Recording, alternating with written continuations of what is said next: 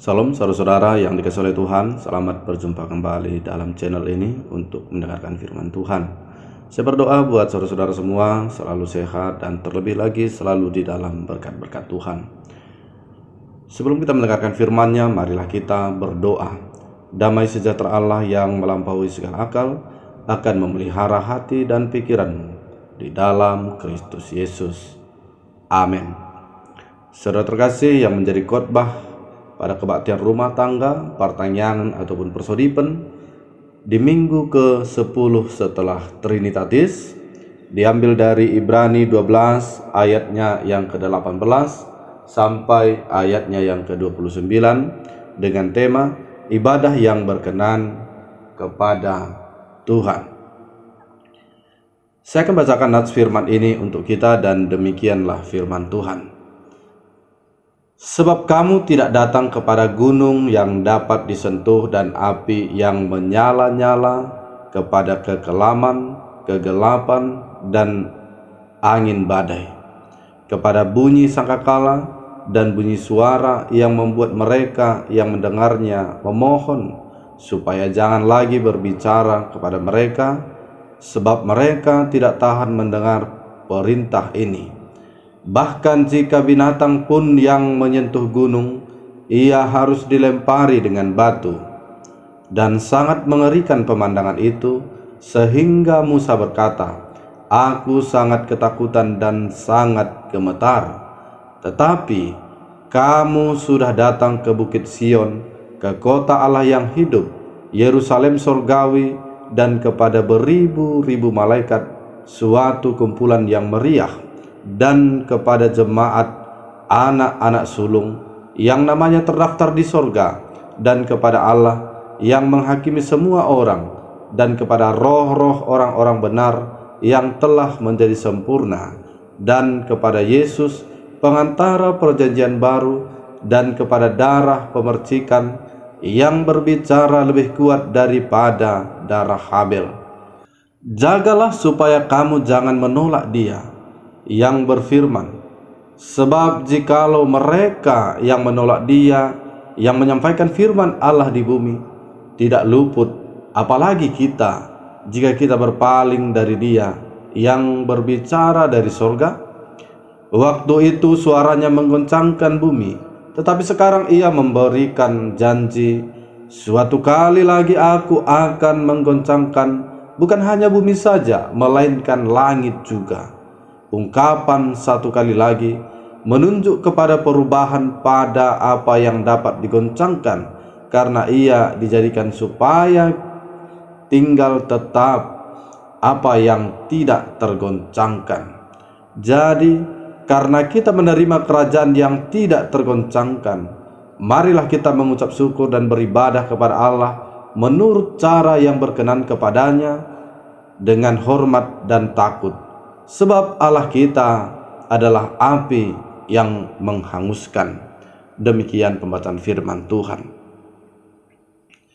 Saudara-saudara yang dikasihi oleh Tuhan, seringkali banyak orang berkata, "Mengapa kamu harus beribadah?" Bahkan orang Kristen sendiri pun terkadang seperti itu. "Mengapa saya harus beribadah?" Ia sungguh belum mengerti mengapa dia harus beribadah. Akibatnya, orang-orang seperti ini selalu terjebak pada sikap dan situasi yang sifatnya seremonial saja. Pemahaman tentang mengapa kita harus ibadah adalah hal yang sangat penting, supaya dengan beribadah kita benar-benar menikmati ibadah itu dan benar-benar merasakan kehadiran Tuhan dalam hidup kita. Maka karena itu saudara-saudara, lewat firman ini kita akan diberikan pemahaman mengapa kita harus beribadah. Saudara terkasih, firman Tuhan kita pada kali ini merupakan nasihat yang memperbandingkan antara perjanjian lama dan perjanjian baru. Perbedaan tajam antara pemberian hukum di Gunung Sinai dan perjanjian yang baru yang dibawa oleh Yesus dengan membandingkan dengan dua gunung, yaitu Gunung Sinai dan Gunung Sion. Pertama kita akan melihat di dalam ayat 18 sampai ayat 21, di mana di dalam ayat ini menunjuk pada pengalaman orang Israel di Gunung Sinai. Allah sendiri melarang orang Israel untuk berjumpa langsung dengannya. Mereka harus menjaga jarak agar tidak binasa. Apa artinya sifat-sifat Gunung Sinai Perjanjian Lama yang dinyatakan ini? Keagungan Allah yang terlihat pada tabiat yang tidak dapat dihampiri oleh orang berdosa. Tabiat yang dinyatakan dengan kekudusannya yang menyala-nyala. Semua sifat yang disebutkan itu hendak menyatakan kedahsyatan hadirat Allah. Jelas sekali kuasa Allah yang menghancurkan dan di dalamnya tidak terdapat kasih. Yang mencoba mendekat pasti mati. Itulah pengalaman orang-orang yang di bawah hukum Taurat. Penuh dengan rasa takut, takut untuk melihat dan takut untuk mendengarkan. Kemudian saudara-saudara, kita akan melihat juga di dalam ayat 22 sampai ayat 24. Di dalam ayat ini memberikan gambaran tentang Gunung Sion. Gunung Sion adalah gunung yang menjadi sasaran tujuan. Di sini orang Kristen diajak untuk datang ikut serta bergembira, bertemu dengan beribu-ribu malaikat dan jemaat anak sulung, bertemu dengan Allah dan Yesus Kristus, pengantara perjanjian baru yang mencurahkan darahnya sebagai korban penghapusan dosa. Jelas sekali perbedaan antara perjanjian lama dengan perjanjian baru, antara Taurat dengan anugerah yang ada dalam Yesus Kristus.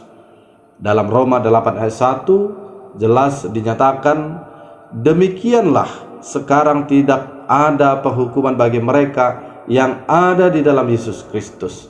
Jadi saudara-saudara, sangat kontras perbandingan antara Gunung Sinai dan Gunung Sion. Kita tidak perlu lagi pergi ke gunung yang tidak bisa disentuh, yaitu Gunung Sinai, tetapi dengan mendengar suara Yesus yang lemah lembut memanggil, marilah kepadaku semua yang letih lesu dan berbeban berat, aku akan memberikan kelegaan kepadamu. Kita tidak masuk ke dalam kekelaman dan kegelapan. Gelap gulita mau melukiskan kebingungan orang berdosa di bawah hukum Taurat. Tetapi kita datang kepada Yesus Kristus, terang dunia dan terang bagi jiwa yang berada dalam kegelapan dosa. Kegelapan mau menggambarkan keputusasaan akan mendapat keselamatan dengan menuruti hukum Taurat. Angin badai yang melambangkan orang berdosa yang bergumul dalam dosa. Bunyi sangkakala yang sangat keras adalah panggilan untuk menghadap pengadilan Allah. Itulah sangkakala hukuman dan ketakutan. Namun bagi kita yang di bawah anugerah, menantikan bunyi sangkakala yang lebih merdu apabila Tuhan Yesus memanggil kita kepada dirinya dalam awan seperti yang dinyatakan dalam 1 Tesalonika 4 ayat 16-17. Musa sendiri menceritakan pengalamannya pada ayat 21. Aku sangat ketakutan dan sangat gemetar. Jikalau Musa sendiri begitu gemetar dan ketakutan, apalagi bangsa itu. Ayat-ayat tersebut mau mengatakan bahwa Allah yang kudus sangat benci dengan dosa, sehingga betapa sulitnya orang berdosa menghampiri hadiratnya. Syukurlah kita tidak lagi menghampiri Gunung Sinai, tetapi Gunung Sion. Ada suasana lain yang baru dengan Gunung Sion yang tidak lagi menakutkan, tetapi penuh pengharapan dan sentosa. Ayat 22 dikatakan, tetapi kamu sudah datang ke Bukit Sion, ke kota Allah yang hidup, Yerusalem surgawi, dan kepada beribu-ribu malaikat, suatu kumpulan yang meriah. Yerusalem surgawi artinya sebuah negeri yang disediakan Tuhan Yesus bagi kita, yaitu tanah air surgawi. Suatu kumpulan beribu-ribu malaikat yang menggambarkan sebuah perkumpulan yang mulia, karena yang datang telah mengalami perubahan adalah orang-orang berdosa yang bertobat, anak-anak sulung pewaris keselamatan. Yesus Kristus disebut yang sulung, yang pertama bangkit dari antara orang mati. Dan orang-orang yang ditebus oleh Yesus disebut anak-anak sulung yang mewarisi segala perjanjian, yang mempunyai hak menjadi warga surga. Demikian pula saudara-saudara di ayat 24, bahwa darah Yesus Kristus lebih unggul daripada darah binatang yang dipersembahkan oleh Habel atau oleh imam-imam keturunan Lewi. Darah Habel memohon hukum ataupun hukuman atas pembunuhnya.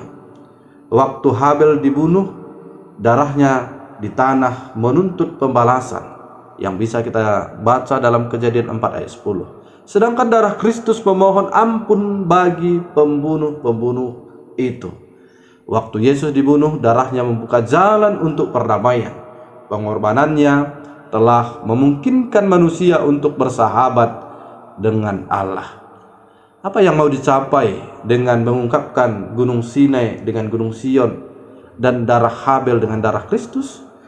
Dengan gambaran ini, orang-orang Kristen Yahudi yang sedang mengalami penganiayaan dan keputusasaan pada waktu itu dapat memilih sendiri anugerah dan rahmat dari Gunung Sion atau hukuman dari Gunung Sinai.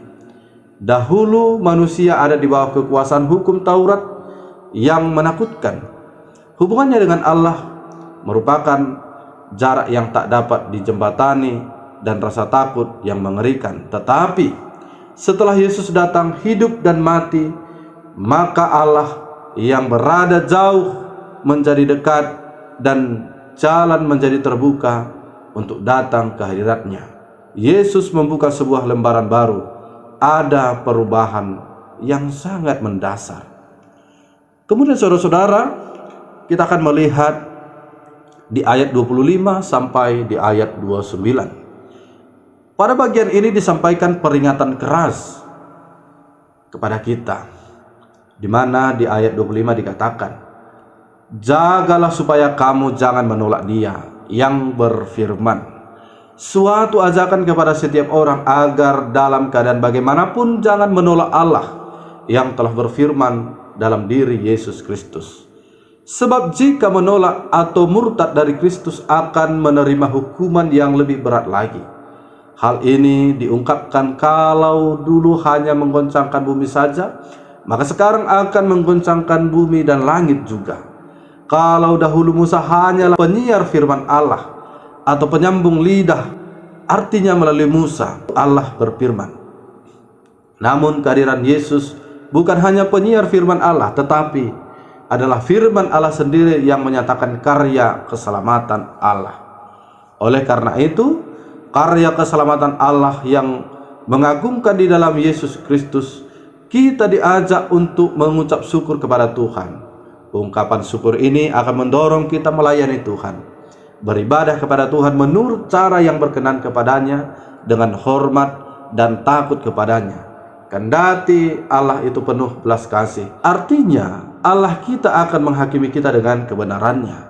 Oleh karena itu, Allah sangat menghendaki kita untuk hidup kudus dan menentang dosa, supaya kita tidak mendapat murkanya dengan api yang menyala-nyala dari Allah.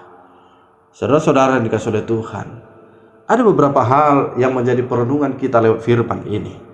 Itu yang pertama, jika Allah telah memberikan kepada kita anugerah keselamatan yang nyata dalam Yesus Kristus, yang telah membawa kita ke Bukit Sion, kota Allah yang penuh sukacita, penuh kegembiraan, patutlah kita merespon kebaikan anugerah Allah itu dengan bersyukur kepadanya dan beribadah dengan hormat serta melakukan apa yang berkenan kepadanya. Saudara-saudara, anugerah keselamatan itulah yang menjadi alasan kita untuk selalu bersyukur dan beribadah kepada Tuhan. Yang kedua, ada banyak hal yang berusaha menggoncangkan kedekatan kita dengan Tuhan Yesus. Tetapi kita harus sadar bahwa sekalipun hal itu terjadi, tempat kita tak tergoncangkan, karena kita berada di dalam kerajaan yang tidak tergoncangkan, yaitu di dalam Yesus Kristus. Oleh karena itu saudara-saudara, teruslah bertanggung jawab di dalam iman kita di dalam Yesus Kristus. Yang ketiga, saudara-saudara terkasih, ibadah yang berkenan kepada Tuhan bukan diukur dari apa yang kita berikan, tetapi bagaimana kita menyerahkan seluruh kehidupan kita kepada Allah. Roma 12 ayat 1 berkata, "Karena itu saudara-saudara, demi kemurahan Allah, aku menasihatkan kamu supaya kamu mempersembahkan tubuhmu sebagai persembahan yang hidup, yang kudus, dan yang berkenan kepada Allah.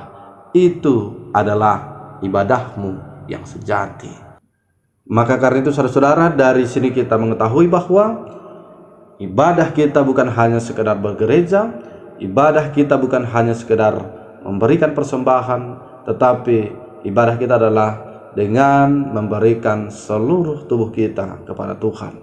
Sebagai ilustrasi dalam khotbah kali ini, saya akan bercerita tentang seorang penulis di mana dia menuliskan sebuah surat kepada editor sebuah surat kabar dan mengeluhkan kepada para pembaca bahwa dia merasa sia-sia pergi ke gereja dan beribadah setiap minggu.